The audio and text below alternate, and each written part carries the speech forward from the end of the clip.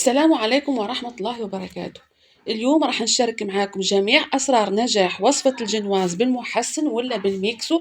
اللي ما ينجحش معاها راح ينجح معاها بهذه الطريقة مليون بالمئة ومن أول تجربة.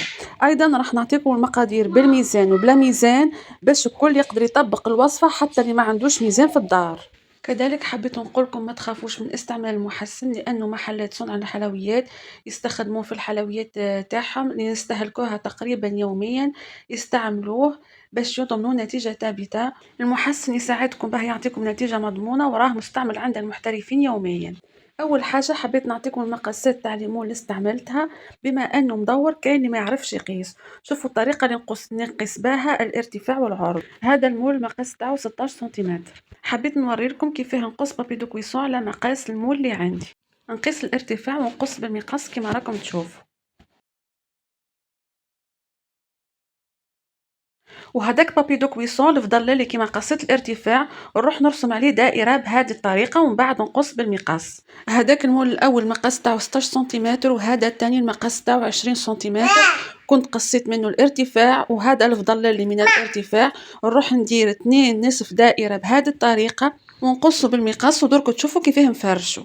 نديروا النصف الاول ونزيدوا نديروا النصف الثاني وهكا نكونوا شكلنا دائره باش ما نضيعوش بابي دو كويسون اللي بقى من الارتفاع.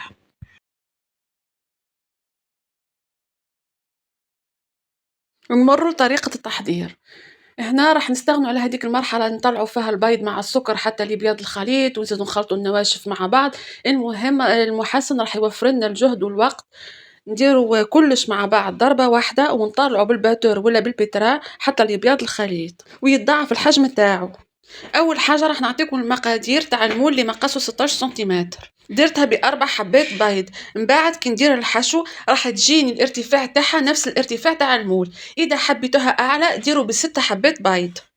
القاعدة تاع الجنواز هي لكل حبة بيض تقابلها 40 غرام تاع الفارينة، 30 غرام تاع السكر، 4 غرامات تاع المحسن اللي هو الميكسو، ونصف ملعقة كبيرة زيت.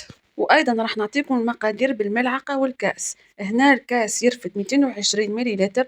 درت 4 بيضات مع نصف كاس سكر. انا دائما ننقص السكر في الحلويات تاعي لانه الحشو راح يكون حلو والسلو راح يكون حلو والتغليف راح يكون حلو. واللي يحب الحلاوه ياسر يدير كاس ناقص دو دوا.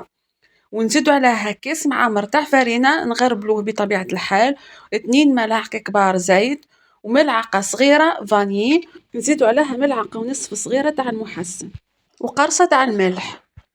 ونروح نطلعهم مباشرة بالبترا ولا بالباتور حتى نتحصل على خليط بهذا اللون وبهذا القوام. بعد ما تضاعف الحجم تاعها نروح نصبها مباشرة في المول. هنا المول كنت دهنت الأطراف تاعو بهذاك خليط الجنواز باه يلصق فيه بابي دو كويسون.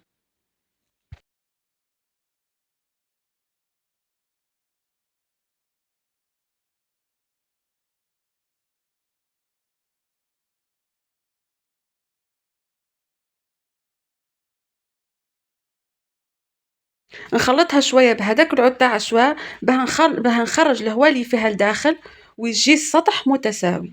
وندخلوها تطيب في الفرن اللي كنت سخنته من قبل على 150 درجه. ودرك نروحوا للمقادير تاع المول اللي مقاسه 20 سنتيمتر. راح نديرها بذوق الشوكولا. درت 10 حبات بيض. درت الكاس الاول تاع الفرينه وزدت الكاس الثاني تاع الفرينه نقصت منه دو دوا وعوضته بالكاكاو وزدت فوقهم 2 ملاعق كبار كاكاو. واللي تحبها بذوق الفاني تستغنى على الكاكاو وتعوضوا بالفرينه فقط. ودير معاهم ملعقه ونصف صغيره فاني. وزدت لها كاس سكر، 5 ملاعق كبار زيت، و2 ملاعق صغار معمرين محسن. ونروحو كيما المره الاولى نخلطوهم بالباتور ولا بالفويه حتى يتضاعف الحجم تاعها ونتحصلوا على قوام ثقيل. هنا حبيت نوري لكم كيفاه نلصق بابي دو كويسون ما يبقاش يتحرك. ندهن القاعده بقليل من الزيت كما راكم تشوفوا ونحط فوقه بابي دو كويسون. اما الاطراف ندهنهم بخليط الجنواز ونلصق في بابي دو كويسون داير ساير. كلش راه واضح في الفيديو يعني راه يشرح نفسه. واللي ما فهمتش اي حاجه تخلي لي السؤال في التعليق راح نجاوبها باذن الله.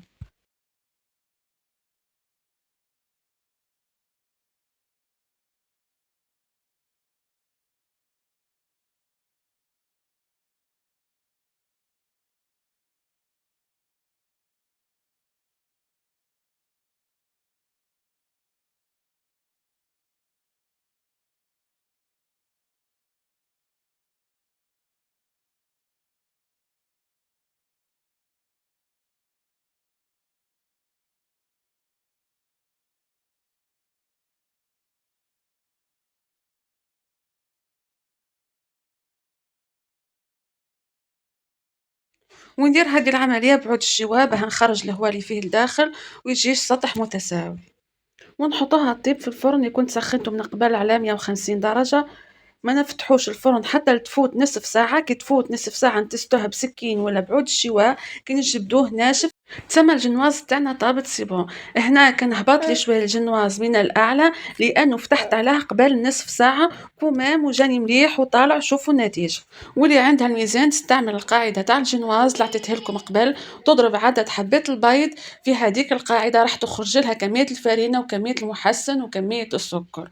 مثلا عندها 4 حبات بيض وحبت تعرف كميه السكر اللي تديرها في الجنواز، تعمل ربعة في 30 تخرج 120، تعمل 120 غرام تاع السكر، وتكمل بنفس الطريقة مع جميع المقادير.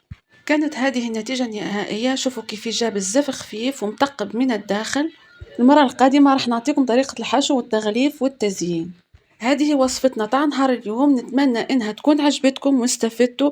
اي سؤال ولا اي استفسار خلوه لي في التعليق، راح نجاوبكم باذن الله. نتلاقوا في وصفة قادمة ان شاء الله. مع السلامة.